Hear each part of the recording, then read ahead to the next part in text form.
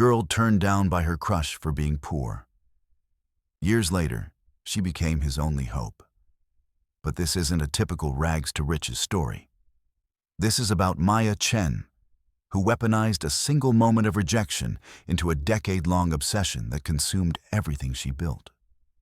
What starts as an inspiring climb from poverty takes a devastating turn when the boy who rejected her comes crashing down. And Maya realizes everything she's built might be built on the wrong foundation. By the end, you'll understand why true power isn't about proving yourself to others. It's about freeing yourself from the need to prove anything at all. Let's dive in. Maya Chen sat in the back corner of Mrs. Patterson's English literature class, where the afternoon sun filtered through the windows and caught the dust motes floating in the air like tiny galaxies. She liked sitting there, invisible, quiet, safe. No one noticed her in that corner. No one asked questions. No one judged. It was October 2014, and Maya was 17 years old. She had kind eyes that seemed to hold secrets, dark hair she always wore in a practical ponytail, and the kind of beauty that came from intelligence rather than symmetry. She was the girl who always had the right answer but never raised her hand. The girl who could have been popular if she'd tried. But popularity required things she didn't have. Money, confidence, a family that wasn't falling apart at the seams. Her mother worked 2 jobs, one at a hospital as a nurse's aide, another at a grocery store on weekends. Her father had left when Maya was 9, leaving behind a trail of unpaid bills, broken promises, and a mother who had to work herself to exhaustion just to keep a roof over their heads. They lived in a cramped apartment in the less desirable part of the city, where the walls were thin enough to hear the neighbors' arguments, where the radiator clanked all night, where the future felt uncertain and fragile. Maya had learned early that survival meant being invisible, being perfect, being so good that no one could find a reason to pity her, or, worse, to mock her. She kept her grades pristine. She was polite to everyone. She never complained, never asked for help, never let anyone see her struggle. She'd perfected the art of invisibility so completely that sometimes she forgot she existed at all. She'd perfected the art of invisibility. But then Adrian Westbrook transferred to their school in September, and everything changed in ways Maya could never have predicted. Adrian walked into Mrs. Patterson's class like he owned it, like he'd been born owning it. He had the kind of presence that made people sit up straighter, made them suddenly aware of how they looked, how they sounded. He was tall, with dark blonde hair that fell across his forehead in a way that seemed effortless, sharp cheekbones, and eyes that seemed to see everything and judge nothing. But what made Adrian truly magnetic wasn't his looks. It was the confidence that came from a lifetime of being told he was special, that came from a family that had money and connections and power. On the 3rd day of class, Adrian asked to sit next to Maya because all the other seats were taken. He smelled like expensive cologne, the kind that cost more than Maya's entire outfit. He had a habit of running his hand through his hair when he was thinking, a gesture that seemed both careless and deliberate. He laughed at jokes that weren't even funny. And slowly, without Maya quite realizing it was happening, she began to care. She noticed when he was absent. She listened carefully to his opinions in class discussions, not because they were particularly insightful, but because they were his. She found herself sitting up straighter, tucking her hair behind her ear, hoping he might glance over and see her. She started wearing the nicer of her 3 sweaters on days she knew he'd be in class. By November, it had become a full-blown obsession that consumed her thoughts, from the moment she woke up until the moment she fell asleep. Maya knew it was impossible. She knew that Adrian lived in a different world. Literally. Adrian lived in the Westbrook estate, a sprawling mansion on the hill that overlooked the city like a castle.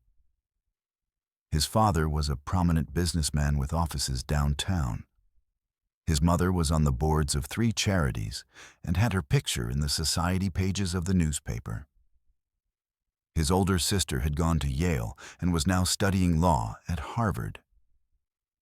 Adrian was the kind of boy who summered in the Hamptons and had a trust fund waiting for him, who had never once worried about money or security or the future. And Maya was the girl whose mother worried about making rent every single month. The girl who wore the same 3 pairs of shoes on rotation. The girl who packed her lunch instead of buying it because she couldn't afford the cafeteria prices. But in the privacy of her own mind, in the late hours of the night when she lay in bed staring at the ceiling, she let herself imagine. She imagined what it would be like if Adrian noticed her. Really noticed her. Not as the quiet girl who sat next to him in English, but as someone worth knowing, someone worth wanting, someone worth choosing. It was a dangerous fantasy, the kind that could only end in heartbreak. But Maya was 17, and 17-year-olds are experts at dangerous fantasies. December arrived with the first real snow of the season, transforming the city into something that looked almost magical. The school hallways were decorated with paper snowflakes and tinsel. There was a holiday dance coming up, and the entire school was buzzing with excitement about dates and dresses and who was going with whom. Maya wasn't planning to go. She couldn't afford a new dress, and she wasn't about to wear something old and hope no one noticed. But her best friend Sophia had other ideas. "You're going," Sophia announced one Tuesday afternoon, stating it as fact rather than suggestion. "And you're going to tell Adrian how you feel." "Absolutely not," Maya said immediately. "Maya, you're going to regret this forever if you don't. At least give yourself a chance. What's the worst that could happen?" Maya could think of 1,000 worse things that could happen. She could think of 1,000 ways this could go wrong. 1,000 ways Adrian could reject her in front of the entire school. 1,000 ways she could humiliate herself. But Sophia was persistent, and Maya was tired of being invisible. And somewhere deep inside her was a small, desperate hope that maybe, just maybe, things could be different. So she went to the dance. She borrowed a dress from Sophia, a simple black dress that was elegant without being expensive, that made her look older and more sophisticated than she felt. She did her hair, letting it down for the first time in months. She even wore lipstick, a deep red that made her feel brave and terrified in equal measure. And when she saw Adrian standing near the punch bowl, looking bored in his tailored suit, something inside her broke open. This was it. This was her moment. If she didn't do this now, she would spend the rest of her life wondering what if. She walked over to him, her heart pounding so hard she thought it might break through her ribs. Adrian looked up and smiled, a genuine smile, like he was genuinely happy to see her, like she mattered. "Hey, Maya," he said. "I didn't know you were coming." I wanted to talk to you," she said. Her voice sounded small and far away, like it was coming from someone else. "Alone, if that's okay." Something flickered across Adrian's face. Surprise, maybe, or concern. But he nodded and followed her outside to the courtyard, where the snow was falling softly and the world felt quiet and separate from everything else. Maya's hands were shaking. She'd rehearsed this 100 times in her head, but now that the moment was here, all her carefully prepared words had evaporated like morning mist. "I like you," she said finally. Just like that. Direct and honest and terrifying. "I know that's probably weird, and I know you probably don't feel the same way." but I needed to tell you. Because I'm tired of pretending I don't see you. I'm tired of being invisible. And you make me want to be brave." Adrian was quiet for a long moment. The snow continued to fall around them, soft and relentless. His expression was gentle, which somehow made it worse. Because rejection from someone who looked at you with kindness hurt in a different way. "Maya," he said finally, and she could hear the rejection in his voice before he even said the words. "You're amazing. You really are. You're smart and kind, and you're going to do incredible things. But my family has certain expectations. They have plans for me, and I care about what they think. And I know that's not a good reason, but it's the truth. You deserve someone who's brave enough to choose you, not someone who's worried about what his parents will say." It was a kind rejection. It hurt anyway. "Right," Maya said, her voice very small. "Of course, I understand." She turned and walked back inside, leaving Adrian standing alone in the snow. She found Sophia, made an excuse about not feeling well, and went home. She cried for hours that night, but not the kind of crying that feels cathartic. This was the kind of crying that felt like drowning.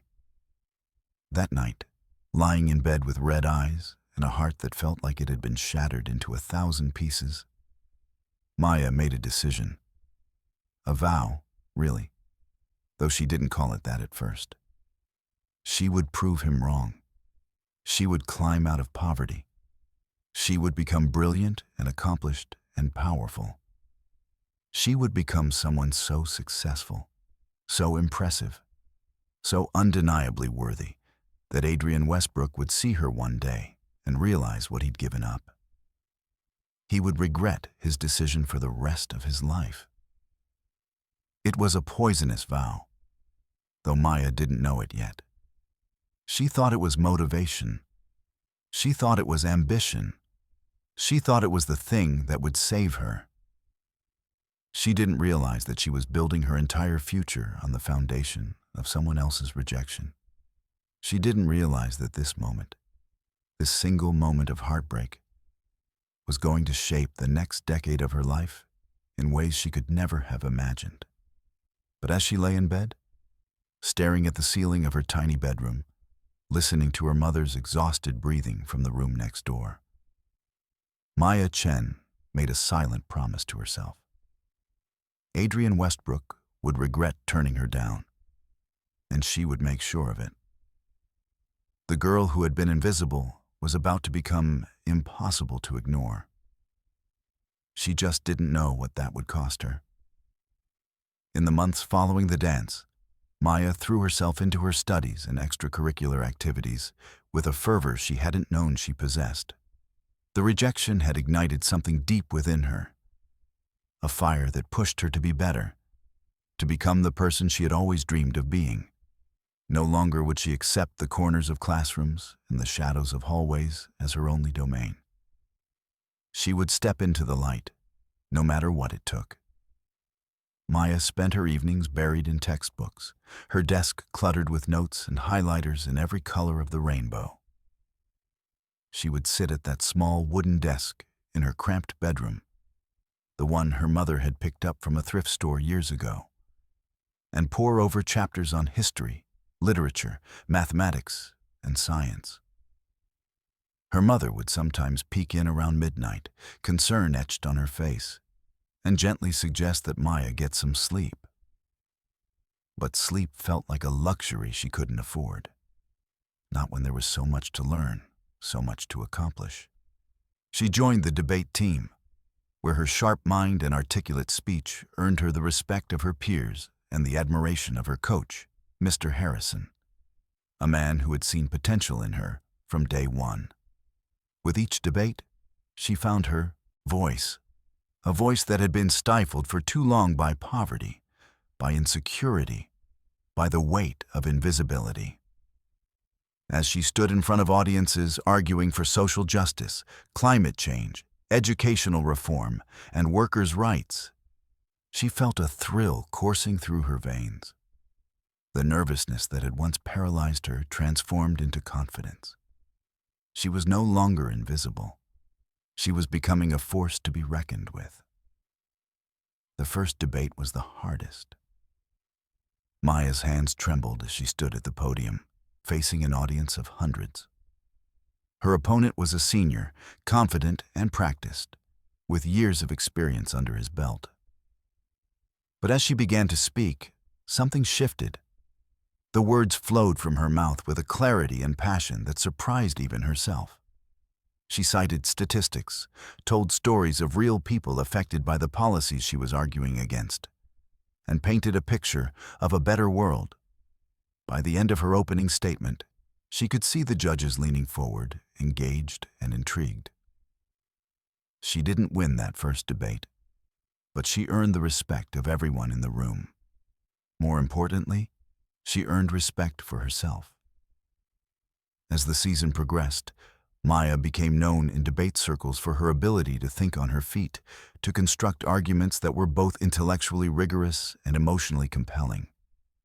She won tournament after tournament, her name appearing in local newspapers, her achievements becoming the stuff of school legend. Students who had never noticed her before began to approach her in the hallways, asking for advice on public speaking or wanting to hear about her experiences. Sophia cheered her on from the sidelines, always there with encouragement and support. She attended every debate, sitting in the front row with a homemade sign and a voice that could be heard above the crowd. "You're amazing, Maya. I can't believe how far you've come since last semester," she said after one particularly heated debate where Maya had faced off against the captain of the debate team, a senior who had been undefeated for 3 years and emerged victorious in a stunning upset. The victory felt like vindication, but it also felt bittersweet. No matter how much she achieved or how confident she became, Adrian lingered in her mind, like a ghost she couldn't quite exorcise. She would see him in the hallways, laughing with friends, his golden smile lighting up the room.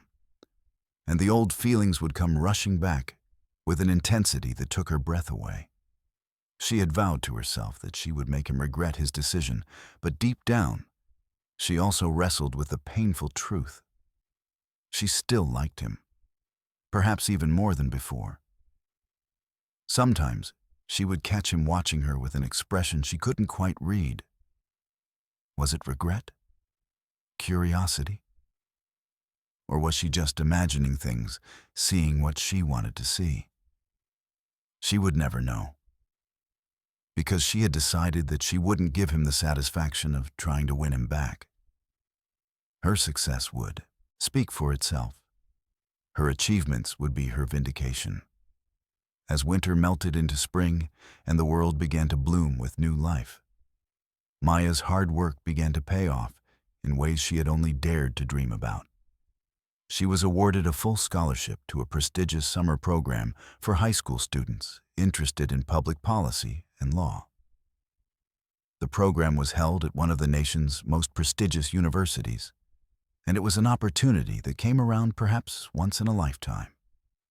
The scholarship covered not only tuition, but also room and board, which meant that for the first time in her life, Maya wouldn't have to worry about money for an entire summer. She could focus solely on learning and growing. The program promised to be rigorous and intellectually demanding, filled with lectures from prominent figures in law and politics, seminars with accomplished judges and legislators, and hands-on experience with real policy work. Maya felt invigorated by the possibility of learning from the best, of being surrounded by other ambitious students who shared her passion for justice and change. On the day she received her acceptance letter, she rushed to school, her heart pounding with excitement so intense she thought it might burst. The envelope had arrived at home that morning, and she had opened it with shaking hands, hardly daring to believe what she was reading. Full scholarship, all expenses paid. A summer that would change her life. She found Sophia at their usual lunch table in the corner of the cafeteria, her friend engrossed in a new book about social activism. The moment Sophia looked up and saw the expression on Maya's face, she knew something momentous had happened. "I got in!" Maya exclaimed, practically bouncing on her feet. She held the letter aloft like a trophy. "I got the scholarship. I'm going to spend the entire summer at the university." Sophia looked up, her eyes wide with disbelief, before breaking into a massive grin. "You did? That's incredible. I knew you would. I always knew you were destined for something amazing." The two friends embraced, and Maya felt tears of joy streaming down her face. It was a step toward everything she had envisioned for herself, an opportunity to prove not only to Adrian, but to everyone who had ever doubted her that she was destined for greatness. She was going to make something of herself. She was going to matter. But as the summer program approached, a familiar twinge of anxiety began to creep in, like a shadow that followed her everywhere. What if she didn't belong? What if she was just a poor girl from a forgotten part of the city, pretending to be something she wasn't? What if the other students came from wealthy families and prestigious schools, and they could tell immediately that she didn't fit in? What if she got there and realized she was out of her depth? These thoughts swirled in her mind during the long nights leading up to departure, threatening to overshadow her excitement. She would lie in bed and imagine worst-case scenarios. Failing her classes, being mocked by her peers, discovering that she had been accepted by mistake. Her mother, sensing her anxiety, would sit on the edge of her bed and remind her of how hard she had worked, how much she deserved this opportunity. "You are going to be wonderful, mija," her mother would say in Spanish, using the term of endearment that made Maya feel small and loved and terrified all at once. "You are going to show them what you are made of." The first day of the program arrived on a hot summer morning, and Maya stood outside the grand halls of the university, her single suitcase at her side, taking a deep breath to steady her nerves. The campus was sprawling and beautiful, with manicured lawns, impressive architecture, and students who all seemed to know exactly where they were going and what they were doing. The campus buzzed with students from all over the country, confident, poised, articulate, clearly from families with money and connections. She felt small and out of place, her heart pounding in her chest like a trapped bird. But as she stepped inside the orientation hall, she reminded herself of her vow. She had come too far to let fear dictate her path. She had sacrificed too much, worked too hard, endured too much loneliness. She would chase her dreams with the same determination she had found within herself after Adrian's rejection. She would prove that she belonged here. The program was intense in ways she could never have anticipated. Days were filled with lectures from prominent attorneys and policymakers, workshops on legal writing and argumentation, and assignments that challenged her intellect and pushed her to her limits. She would wake up at 6 in the morning and attend lectures until noon, then spend the afternoon in seminars and small group discussions. Evenings were spent in the library, researching cases and reading landmark Supreme Court decisions.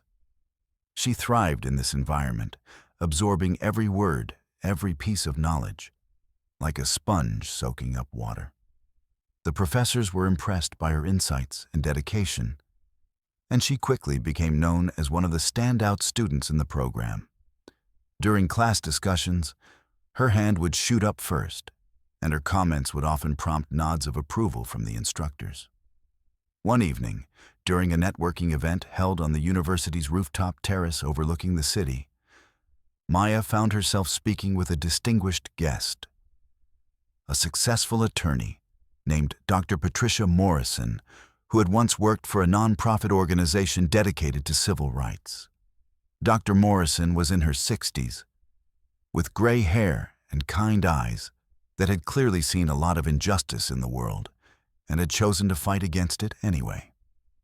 As they talked, standing beneath the stars with the city lights twinkling below them, Maya shared her aspirations and experiences, her passion evident in every word. She talked about growing up in poverty, about her mother's sacrifices, about the way she had been made to feel invisible simply because of her circumstances. She talked about her dreams of becoming a lawyer who would fight for people like her mother, people who had been left behind by a system that didn't seem to care about them. Dr. Morrison listened intently, nodding in agreement and encouragement, occasionally asking questions that showed she was truly engaged with Maya's story. When Maya finished speaking, Dr. Morrison reached out and placed a hand on her shoulder. "You have a real fire in you, Maya," she said, her voice warm and sincere. "I can see it in your eyes. Don't ever let anyone dim that light. People like you are needed in this world. Those who are willing to fight for justice and equity. Those who understand what it means to struggle and who want to help others avoid that struggle. You are going to do amazing things." The words resonated deeply within Maya, igniting a renewed sense of purpose. She thought about Adrian and how his rejection had been the catalyst for her transformation. But in this moment, she realized something important. She was no longer driven solely by the desire to prove him wrong. That had been her initial motivation, yes, but it had evolved into something greater, something more meaningful. She was driven by a vision of a better world, by the desire to create real change, by the knowledge that her struggles had meaning and could be transformed into purpose. As summer came to an end and the day arrived for her to pack up her dorm room and return home, Maya stood on the steps of the university library and looked out at the campus that had become so familiar to her over the past 8 weeks. She had made connections with other ambitious students who came from all walks of life. She had learned invaluable skills that would serve her well in whatever path she chose. She had discovered her own potential in a way that no amount of success in her hometown could have shown her. She was ready to take on whatever came next. But even as she thrived, as she accomplished more than she had ever thought possible, she couldn't shake the feeling that something was missing. While she had gained so much, confidence, knowledge, connections, a clear sense of direction, she had also lost sight of the girl who had once been content in her invisibility. The girl who had been able to laugh freely and live in the moment without constantly thinking about the future. In her pursuit of greatness, she had begun to neglect the simple joys in life, like laughter with friends, the thrill of spontaneous adventures, the comfort of vulnerability, the ability to just be, rather than constantly doing. She had become so focused on her goals that she had forgotten how to enjoy the journey. She was so busy running toward her future that she was missing her present. And then, one fateful afternoon in early September, as she walked home from school on a route she had taken 1,000 times before, she stumbled upon a familiar sight. Adrian standing by the corner of her street, chatting animatedly with his friends. He was leaning against a car, laughing at something one of his friends had said, looking as golden and perfect as ever. The sight of him sent a rush of emotions flooding back. Feelings she had thought she had buried deep beneath her ambition and her newfound confidence. Her heart stopped for a moment and then began to race. Adrian looked up, almost as if he sensed her presence, and caught her eye. For a moment, time stood still. Their gazes locked across the distance, and Maya could see something flicker across his face. Recognition, surprise, and something else she couldn't quite identify. It had been almost a year since the dance, since she had poured her heart out to him, and been gently rejected. In that time, she had transformed herself. She had become someone new. And yet, seeing him now, all of her carefully constructed walls seemed to crumble. The hurt she thought she had healed came rushing back. But alongside the hurt was something else. A complicated mixture of vindication and longing, of growth and unfinished business. Adrian's friends seemed to notice the moment between them, and they exchanged knowing glances. One of them nudged Adrian and said something Maya couldn't hear, but she could see Adrian's cheeks flush slightly. Maya's heart raced. It had been months since she had allowed herself to think about him, to feel anything for him. But seeing him now brought back the memories of her crush, of her longing, and of the hurt she had felt. She had spent so much time focused on her goals, on proving herself, on becoming someone worthy, that she had forgotten how to simply be. And now, faced with the boy who had set her on this path, she felt a wave of uncertainty wash over her. What would she say? What would she do? Would she still feel that spark, or had she moved on? Had she transformed enough that his opinion no longer mattered? Or would one smile from him be enough to undo all the progress she had made? As she walked past, their eyes still locked, Maya made a split-second decision. It was time to confront her feelings, both for Adrian and for herself. She needed to know if she had truly moved on or if she was still chasing a ghost. She took a deep breath, turned on her heel, and approached him, her heart pounding with anticipation and fear in equal measure. "Adrian," she said, her voice steady despite the butterflies in her stomach. "Can we talk?" There was no turning back now. They were about to embark on a conversation that could change everything. Or perhaps confirm that everything had already changed. Adrian's friends melted away with practiced ease, sensing that something important was about to happen. They exchanged meaningful glances and drifted down the street, leaving Adrian and Maya standing alone on the corner. The September sun was beginning to dip lower in the sky, casting long shadows across the pavement and painting everything in shades of gold and amber. A gentle breeze carried the scent of late summer. Dry leaves, warm concrete, and the faint aroma of someone's dinner cooking in a nearby apartment. Maya's heart was pounding so hard she was sure Adrian could hear it. She had rehearsed this moment 1,000 times in her head. But now that it was actually happening, all her carefully prepared speeches had evaporated like morning mist.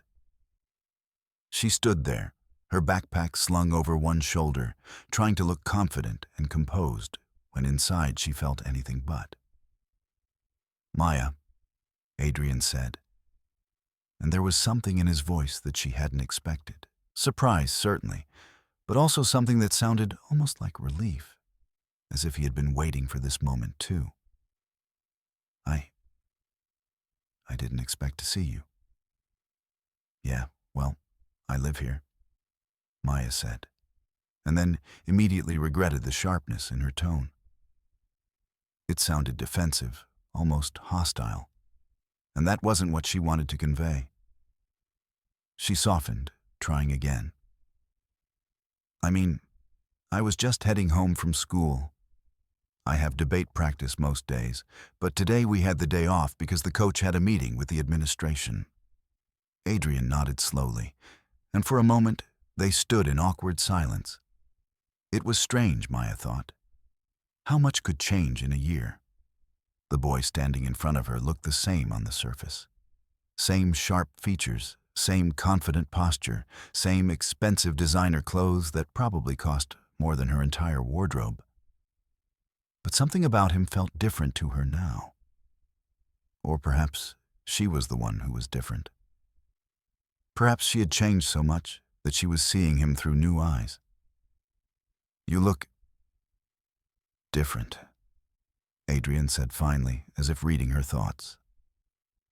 He stepped closer, studying her face with an intensity that made her feel exposed and seen in a way she wasn't entirely comfortable with. I mean, good. You look good. You've changed. Maya raised an eyebrow, her defensive instincts kicking in. Is that a compliment or an observation? Both, Adrian said, and there was a hint of a smile playing at the corners of his mouth.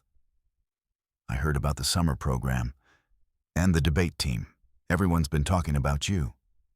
You're kind of a legend at school now. The knowledge that Adrian had been asking about her, or at least listening when others talked about her, sent a flutter of something through Maya's chest. Excitement, vindication, longing all mixed together in a confusing jumble. But she pushed it down, reminding herself of why she was talking to him in the first place. She was here to move forward, not to fall backward into old patterns. I wanted to talk to you, Maya said, her voice more controlled now, more deliberate. About what happened at the dance, about what you said. I've been thinking about it for a long time, and I think we need to have a real conversation about it. Adrian's expression became more serious, the playful smile fading from his face. He glanced around, as if suddenly aware that they were standing on a public street where anyone could see them, where anyone could report back to their social circles that they had been talking. In a school like theirs, where social hierarchies were carefully maintained and gossip spread like wildfire, being seen with someone could change your entire social standing. Do you want to walk? Adrian suggested, his voice lower now. There's a park nearby. We could talk there somewhere more private. They walked in silence for a few minutes, the sounds of the city gradually fading as they entered the small neighborhood park that Maya had played in as a child. It was quieter here, more private, more removed from the eyes of the world. She remembered coming here with her mother on Sunday afternoons, when money was tight and they needed free entertainment. Her mother would sit on a bench and read while Maya played on the grass, chasing butterflies and making up stories in her head. They found a bench beneath an old oak tree whose branches spread out like protective arms and sat down, maintaining a careful distance between them. Not touching, but close enough to talk without raising their voices. The distance felt significant, like a physical manifestation of the emotional distance that had grown between them over the past year. I owe you an apology, Adrian said without preamble, his words tumbling out as if he had been holding them back for a long time. For what I said at the dance, for how I handled things. I've been thinking about it for months, and I realize now that I handled it badly. I was cruel, even if I didn't mean to be. Maya turned to look at him, surprised. This wasn't what she had expected. She had prepared herself for various scenarios, indifference, arrogance, perhaps even mockery. But not this. Not genuine remorse. I was a coward, Adrian continued, running his hand through his hair in that familiar gesture that she had watched 100 times before. I told myself that it was about my family's expectations, about what they would think, about maintaining my status and my position in society. And yes, that was part of it. But the truth is, I was scared. You were so brave, putting yourself out there like that, being vulnerable and honest and real. And I was too much of a coward to do the same. I was afraid of what it would mean to choose you, to choose something that my parents didn't approve of, to choose my own heart over their expectations. Maya listened, processing his words carefully. She had spent so long imagining this moment, imagining what she would say if Adrian ever apologized. But now that it was actually happening, she found herself uncertain how to respond. I realized something after you left that night, Adrian said, his voice quiet. I realized that I had just rejected the most genuine, most brave person I had ever met.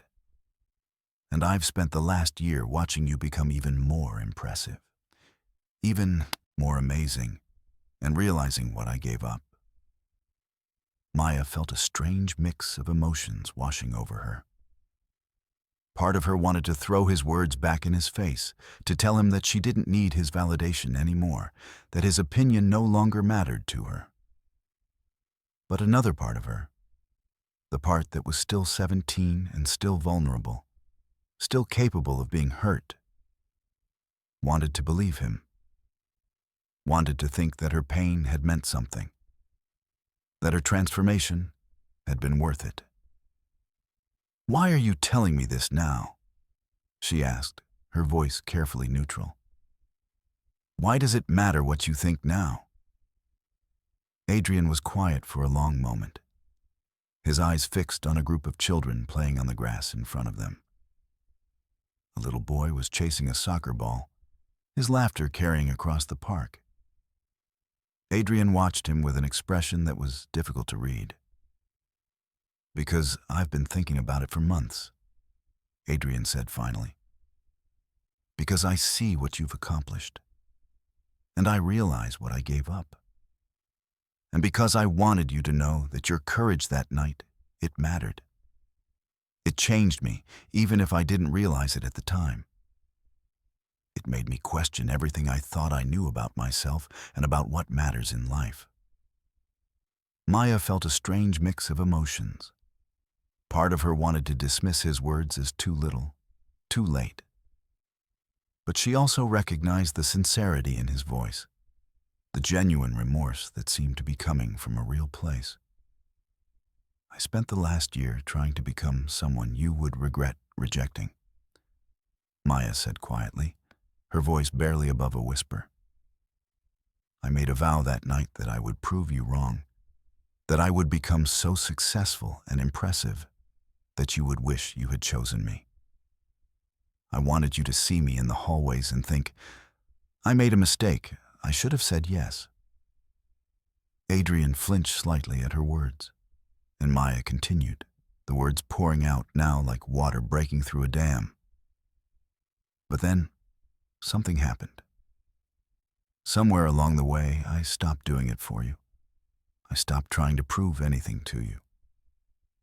I was at this summer program, surrounded by other ambitious students, learning from these incredible lawyers and policymakers. And I realized that I wasn't thinking about you anymore. I wasn't wondering what you would think of my achievements. I was just doing the work because I cared about it, because it mattered to me." Adrian listened intently, and Maya could see something shifting in his expression. "And that's when everything changed," Maya continued. "That's when I actually became the person I was trying to become. Not for you, not to prove anything to anyone, but for myself. Because I realized that my life is mine to live. My future is mine to create. And I don't need anyone's approval or validation to make that real."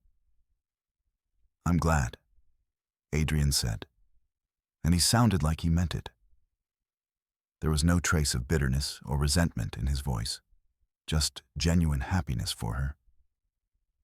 "I'm genuinely glad, Maya. Even if it means you don't need me anymore." The phrase hung in the air between them. Don't need me anymore. It was such a simple statement, but it contained so much truth. She didn't need Adrian Westbrook. She didn't need his validation or his approval or his love. She had learned to validate herself, to approve of herself, to love herself. And that was perhaps the greatest gift his rejection had given her. "Can I ask you something?" Adrian said, and his voice sounded vulnerable now, almost fragile. "Do you still... are you still..." He trailed off, clearly struggling to find the words, clearly afraid of the answer. "Do I still have feelings for you?" Maya asked, finishing his question.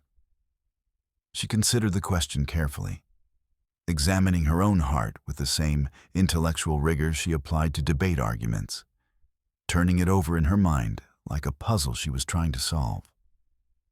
"I don't know," she said finally, and she was surprised by her own honesty. "I think what I felt for you was real, but it was also based on an idea of who you were, not who you actually are. I think I've spent so much time focused on you that I haven't really figured out who I am when you're not the center of my universe." Adrian nodded slowly, as if understanding. "That makes sense. I think I did the same thing. I made you into something more than you were. Something I thought I needed to prove myself against, and I think you made me into something more than I was too. We were both creating stories in our heads that didn't match reality." They sat in silence for a while, watching the sun continue its descent toward the horizon. The park was emptying out as people headed home for dinner. A jogger passed by with a dog on a leash, the dog's tongue hanging out as it panted happily. A mother called to her child to come away from the pond, her voice carrying the particular tone of patient exasperation that all mothers seem to master. "I'm leaving," Adrian said suddenly, breaking the silence. "For college. I'm going to Princeton in the fall. My parents have been planning it since I was born, practically. It's like my entire life has been predetermined, mapped out like a route on a GPS." Maya felt a jolt of surprise. She hadn't known that Adrian was leaving so soon. Of course, she reminded herself. She hadn't been paying attention to his life for months now. She had been too focused on her own transformation, too caught up in her own journey to notice what was happening in his. "That's good," she said, trying to sound supportive. "Princeton is a good school. It's prestigious. You'll have opportunities there." "Yeah," Adrian said, but there was no enthusiasm in his voice. "But I'm not sure it's what I want. I think I'm going because it's what my parents want, not because it's what I want." And I realized, listening to you talk about your summer program, about how passionate you are about law and justice, about how you're willing to fight for people who have been left behind by the system, that I don't have that same passion for anything. I'm just going through the motions, doing what I'm supposed to do. I'm like a robot following a program that was written for me before I even had a chance to choose my own path. Maya turned to look at him fully. This was a different Adrian than the one who had rejected her at the dance. This was someone who was questioning himself, who was vulnerable, who was struggling with his own identity and his own choices. This was someone who was real. "Then maybe you should figure out what you actually want," Maya said gently, her voice taking on the tone of someone offering genuine advice.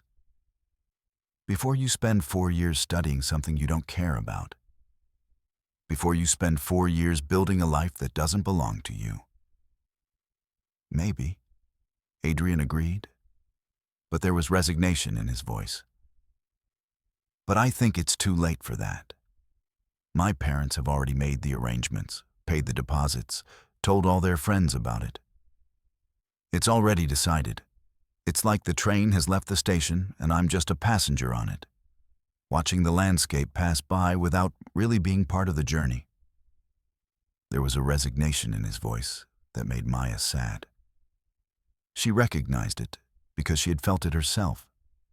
The weight of other people's expectations, the sense that your life wasn't really your own, the feeling of being trapped by circumstances and obligations. But unlike Adrian, she had fought against it. She had decided that her life was going to be hers to live, no matter what it cost her.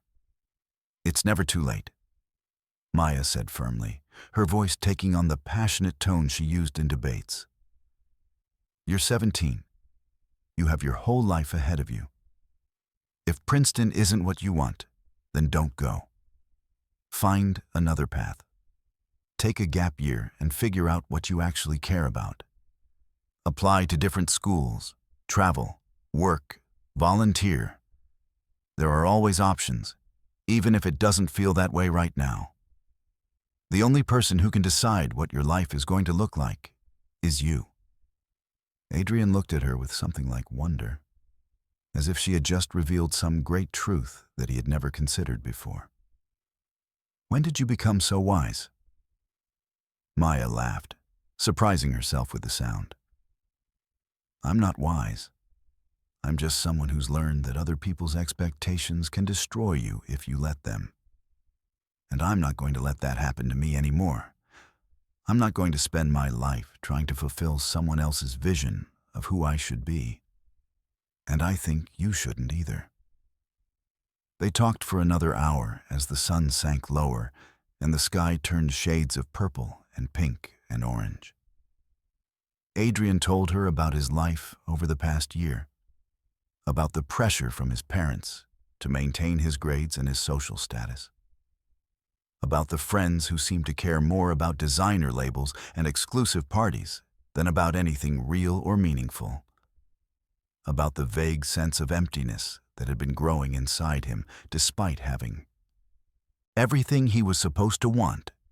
He talked about feeling like an actor playing a role, about going through the motions of being Adrian Westbrook, the privileged teenager, without actually knowing who Adrian Westbrook, the person, really was. He talked about watching his parents' marriage slowly deteriorate, about realizing that all the money and status in the world couldn't buy happiness or fulfillment. He talked about feeling trapped in a life that looked perfect from the outside, but felt hollow on the inside. Maya listened and occasionally offered advice, drawing on her own experiences and her newfound wisdom. But mostly she just let him talk. She realized that this was what he had needed, not her love or her validation, but simply someone to listen. Someone who wouldn't judge him for his doubts and fears, someone who understood what it meant to feel trapped by circumstances beyond your control. As the stars began to appear in the darkening sky, painting the heavens with tiny points of light, Adrian walked Maya back to her apartment building.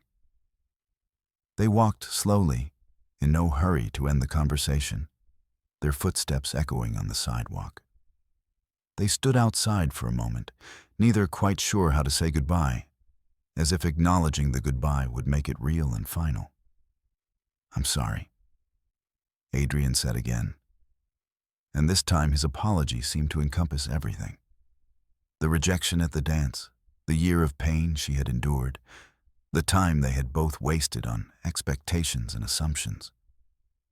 For everything. For the way I handled things at the dance. For not being brave enough to choose you. For being so caught up in what other people wanted that I couldn't see what was right in front of me. Don't apologize, Maya said, and she meant it. Your rejection was the best thing that ever happened to me. It pushed me to become myself. It forced me to stop waiting for someone else to validate my existence and to start creating my own worth. And I don't think I would have done that if you had said yes. I think I would have spent years trying to be the person you wanted me to be instead of discovering who I actually wanted to be. Adrian smiled sadly, a smile that contained both regret and acceptance. So, in a way, I did you a favor. In a way, you did, Maya agreed. But I'm also glad we had this conversation. I'm glad I got to see that you're human, that you have doubts and fears just like everyone else. It makes you real somehow. It makes you less of a ghost that I've been chasing, less of an ideal and more of a person. And I think that's important. I think we both needed to see each other as real people, not as symbols or projections of what we wanted. Adrian reached out and pulled her into a hug, and Maya let herself relax into it for a moment. She breathed in the scent of his expensive cologne, felt the warmth of his body against hers, and allowed herself to feel the bittersweet ache of closure. It was a goodbye hug, she realized. The closing of a chapter. Whatever had been between them, the crush, the rejection, the vow, the year of transformation, it was over now. It was time to move forward. When they pulled apart, Adrian was smiling, and this time it was a real smile, not tinged with sadness or regret. I hope you know that you're going to do incredible things, Maya. I hope you know that you're going to change the world. And I hope that somewhere down the line, you'll think of me and know that I was part of your journey, even if it was in a small way. Maybe, Maya said, and she reached up to touch his cheek gently. But first, I'm going to change myself, and then I'm going to help others change their lives too. That's the real goal. That's what matters. She watched as Adrian walked away, disappearing into the darkness of the evening, his silhouette becoming smaller and smaller until it vanished completely. And for the first time since that night at the dance, she felt completely free. The weight that had been on her chest for the past year, the weight of her vow, of her need to prove something to someone who didn't matter anymore, it was gone. Lifted away like a burden she had finally set down. She went upstairs to her apartment, where her mother was waiting with dinner. Arroz con pollo, her favorite, made with love and care despite her mother's exhaustion from a long day at work. She hugged her mother tightly, grateful for her strength and her sacrifice, grateful for everything she had given up to make sure Maya had opportunities. "How was school, mija?" her mother asked, studying her daughter's face with the intuitive wisdom that mothers possess. "It was good," Maya said, and she meant it. "Really good. I think I'm finally ready to move forward. I think I'm finally ready to stop looking backward and start looking toward the future." Her mother smiled and pulled her close, and Maya felt lighter than she had in months. She had finally let go of Adrian Westbrook, not because she had become someone he would regret rejecting, but because she had become someone who didn't need him to regret anything. She had become herself, and that was enough. That was everything. The autumn semester began with a sense of renewal.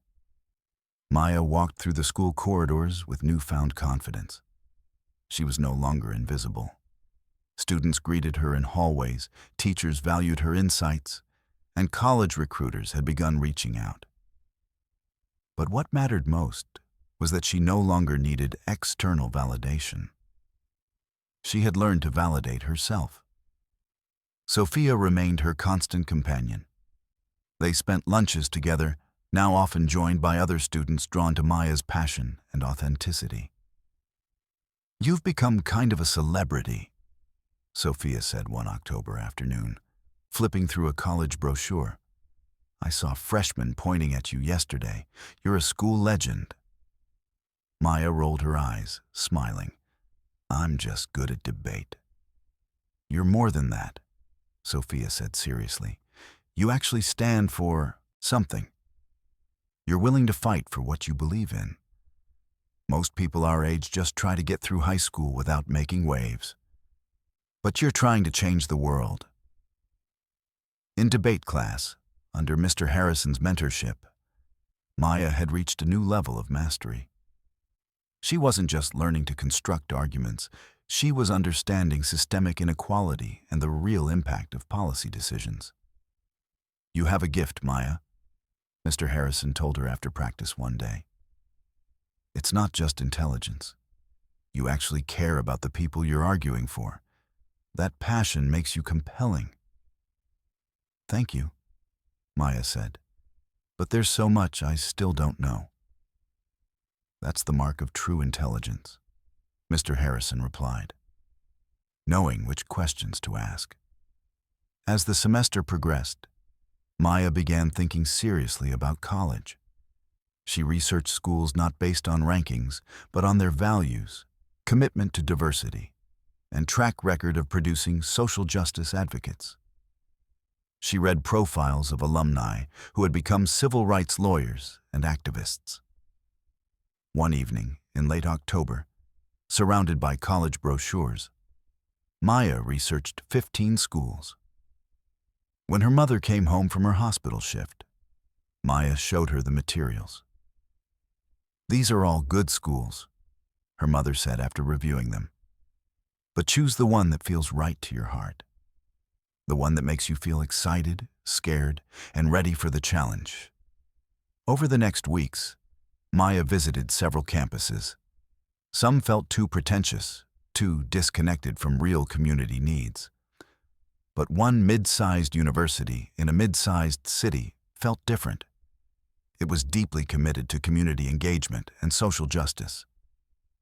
The students were passionate and engaged, working on real problems with nonprofits and law firms.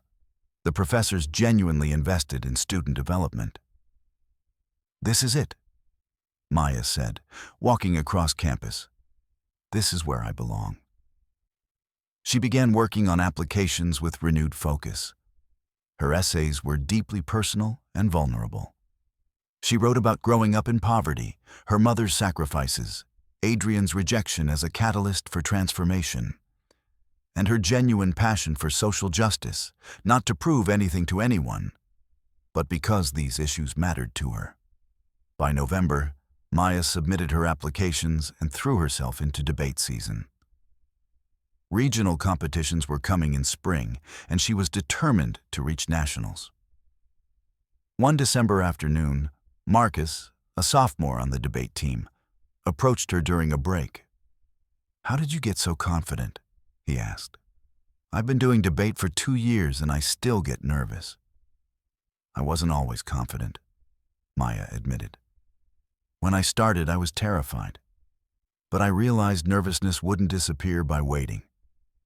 I had to act confident even when I didn't feel it. Eventually, the acting became real." "How?" Marcus asked. "I remembered why I was doing it," Maya said. "Not for recognition, but because I believed in something. I believed the issues mattered. I believed my voice mattered. Once I connected with that belief, fear became less important." Marcus nodded, looking more determined. As December approached, Maya found herself reflecting on the past year. A year ago, she had been invisible, her worth tied to a boy's opinion. Now she was visible, known, and most importantly, herself. One mid-December evening, snow falling outside her window, Maya opened an email from her first-choice school. Her heart stopped as she read, "Congratulations! We are delighted to inform you that you have been admitted." They were offering her a full scholarship. Tuition, room, and board. Everything. When her mother came home from her shift, Maya ran to the door and threw her arms around her. "I got in," Maya cried. "Full scholarship. I'm going to college." Her mother's face broke into a smile of pure joy and pride. She pulled Maya close, tears streaming down her face. "I always knew you would do amazing things, mija," her mother whispered in Spanish. "I always believed in you." They stood together in their apartment doorway as snow fell outside, and Maya felt profound gratitude. Gratitude for her mother's sacrifice, for Sophia's friendship, for Mr. Harrison's mentorship, for Adrian's rejection that had set her on this path. But most of all, gratitude for herself, for her strength, determination, and refusal to accept others' limitations. She had transformed from an invisible girl into someone who mattered. She had turned pain into purpose, anger into action, dreams into reality. This was just the beginning. Real work lay ahead. But she was ready. She was Maya Chen. She was invisible no more. The summer before college, Maya worked at a community center tutoring younger students. She spent evenings packing and saying goodbye to friends.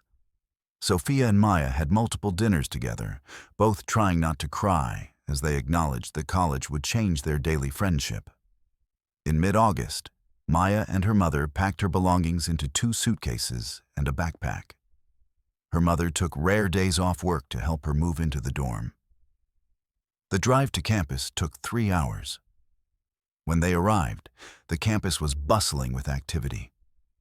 Maya's dorm room was small but bright, with 2 twin beds and a window overlooking the quad. "I'm so proud of you, Mija," her mother said, embracing her.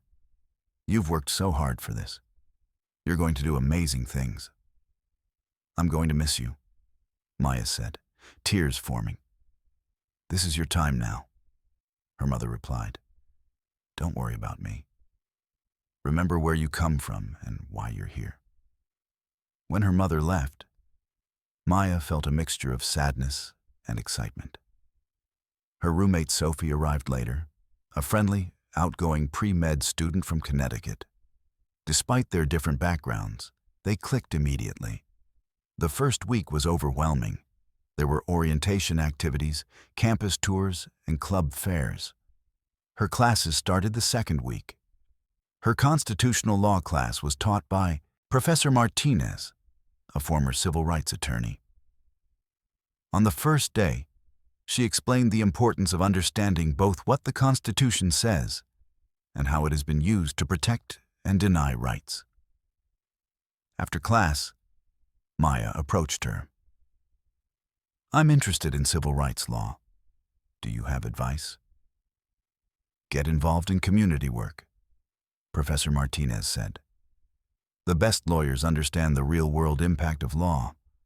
I'd recommend our community legal clinic." Maya signed up immediately.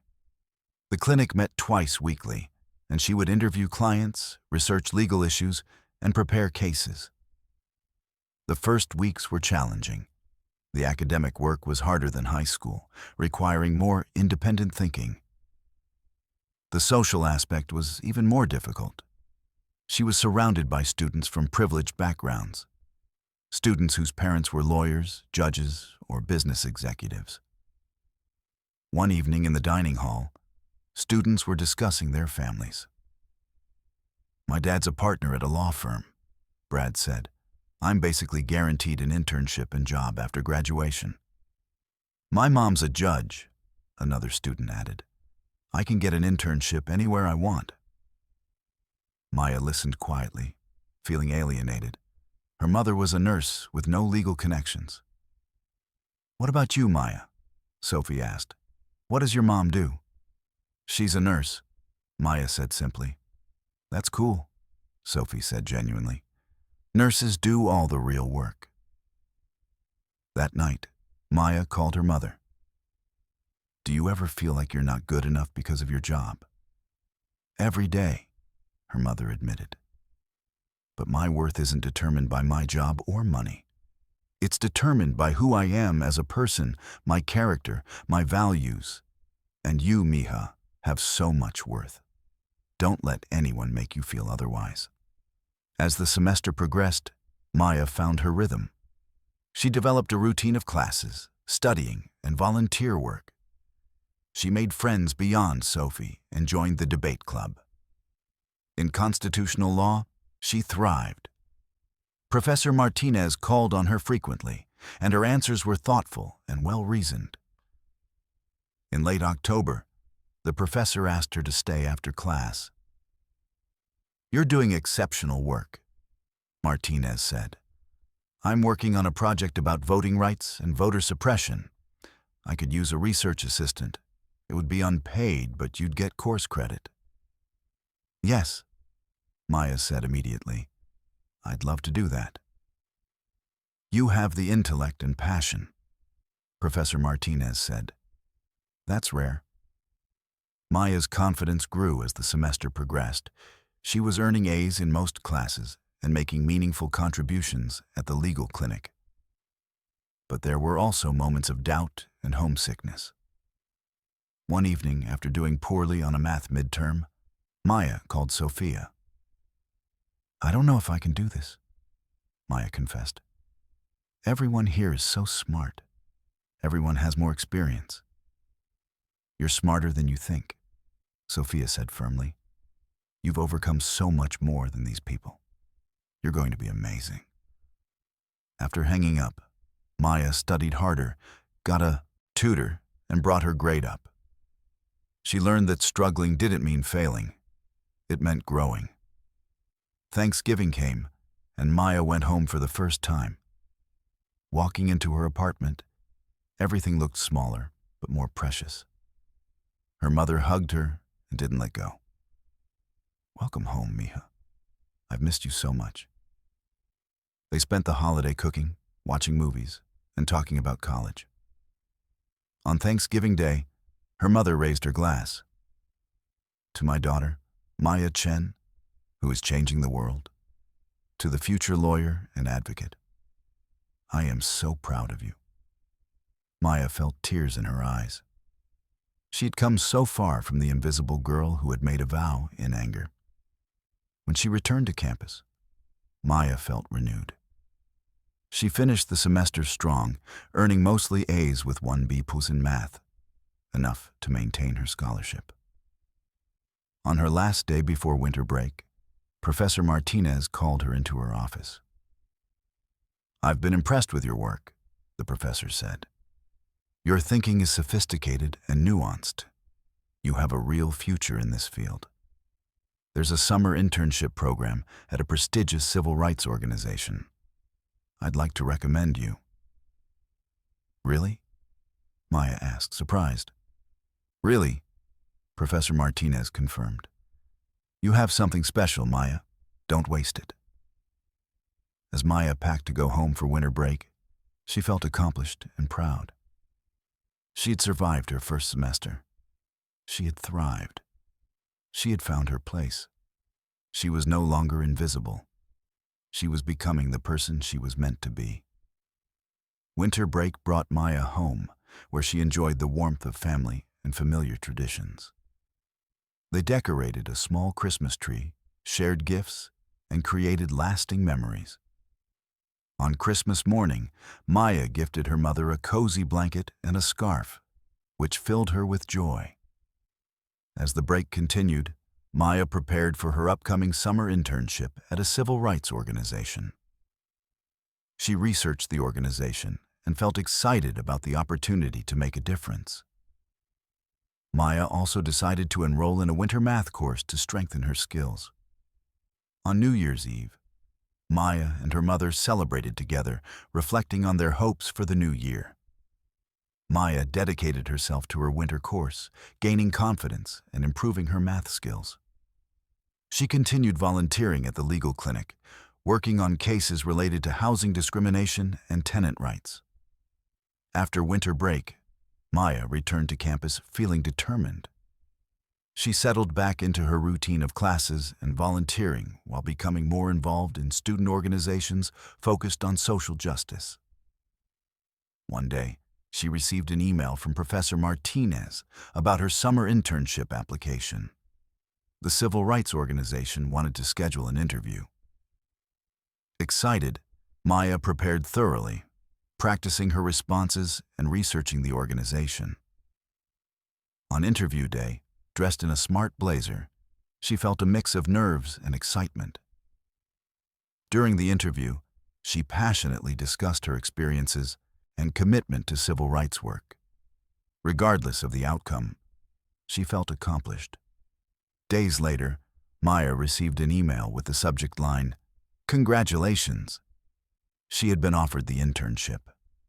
Thrilled, she called her mother to share the news. Her mother was overjoyed and proud. With this opportunity ahead, Maya felt determined to grow and embrace the challenges of the upcoming semester.